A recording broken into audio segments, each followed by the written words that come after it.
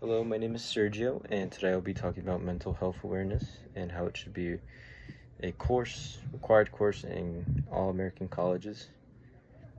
And yeah, let's get started. Imagine this. It's 3 a.m. and a college student is wide awake, not because they're cramming for an exam, but because they're in the middle of a panic attack. Their heart is racing, their thoughts are spiraling, and they have no idea how to make it stop. Now imagine this happens to thousands of students every single day across American campuses. According to the American College Health Association, in 2024, after a national college health assessment, over 60% of college students reported experiencing overwhelming anxiety in the past year, and 40% said that they felt so depressed that it was so difficult to function.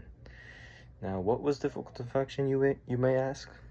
Well, balancing life and school life. Yet, in most colleges, we're taught calculus, chemistry, and history, and a bunch of other courses that may help us in our future careers, but never how to manage our mental health. And to me, mental health and wellness should be added to college general education requirement to help students just with emotional resilience, learning how to control themselves, coping skills, and even strategies to prevent these mental crises from ever even happening.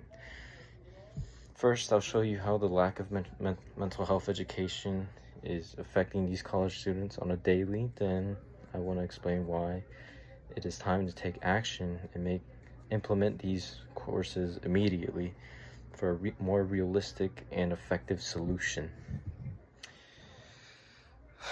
College campuses are facing a mental health crisis. The National Alliance on Mental Illness reports that in 5 students has a diagnosis of mental illness.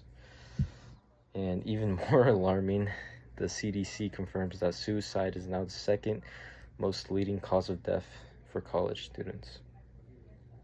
And that sounds absolutely disturbing and hard to hear, but it is also just the truth, which is why now is the time that we do something about it. Research shows that students are dealing with academic pressure, financial strain, social isolation, and uncertainty about their future. And me, as a college student myself, can agree with all of this. That yes, I have struggled with at least 2 of them. 3 at once, even. Yet very few colleges have built-in education that teaches stress management, emotional regulation, or help-seeking strategies. Instead, we have counseling centers, which is quite helpful when available, but are often overlooked, leaving students without timely help. For example, a 2023 survey by Active Minds found that more than 60% of students who wanted mental health support couldn't even get it because to schedule an appointment was at least 2 weeks worth of wait. Sometimes not even a day's enough for us. Without these tools, students are left to trial and error their way through serious emotional challenge.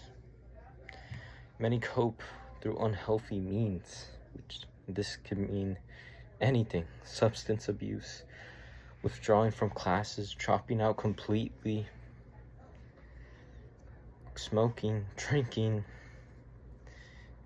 or just simply ignoring all their problems and letting them stack up until it finally hits them and drags them to the deepest hole they've ever been in.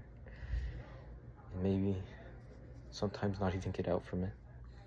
In short, our education system is preparing students for careers, but for the psychological demands of adulthood, it is nowhere to be found. Now that we see the severe problem that's going on with these students, it's now or never.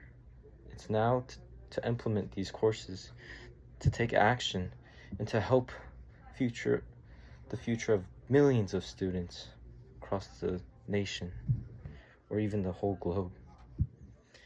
The solution is clear. Make mental health and wellness a required course in general education throughout every college. And this course could just cover mental practices, mindful practices, emotional intelligence, teaching others how to communicate better about their mental sicknesses, and just teaching how to realize these early warning signs and to find places on campus where they could find this help. At the University of Southern California, for example, a similar wellness program led to higher GPAs, lower dropout rates, and a 30% reduction in students reporting severe stress, which to me sounds like an overall amazing help to our students.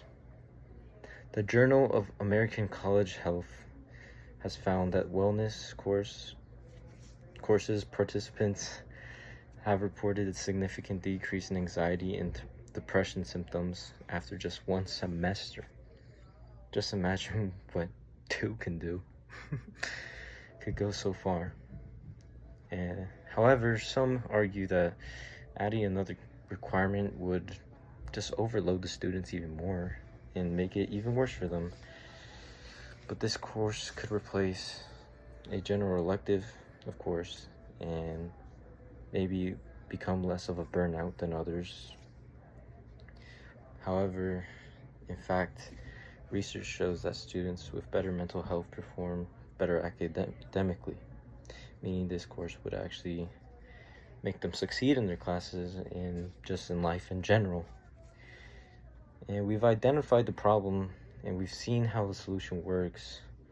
Now, let's close on this reason why it matters so much. We've seen that colleges face severe mental health crises fueled by the absence of required emotional wellness education. A general education course on mental health would give students the tools to handle stress, seek help, and build resilience. And this could go so far in their future that many professors or adults just don't understand. But we have all been in this situation. We have all been a student. And I want you to imagine a different 3 a.m. for these students now. A student wakes up anxious, but instead of spiraling, they know exactly what to do. They practice breathing exercises, reach out to support networks, and use strategies they've learned throughout these classes. And they just return peacefully to sleep because they are capable of managing their emotions and their mental health problems that sometimes they don't even speak of. And that's the power this policy can bring. If we can make mental health education as standard as English 101, we won't just create better students, we'll create healthier, stronger, and more prepared human beings. The time is to act. To act is now.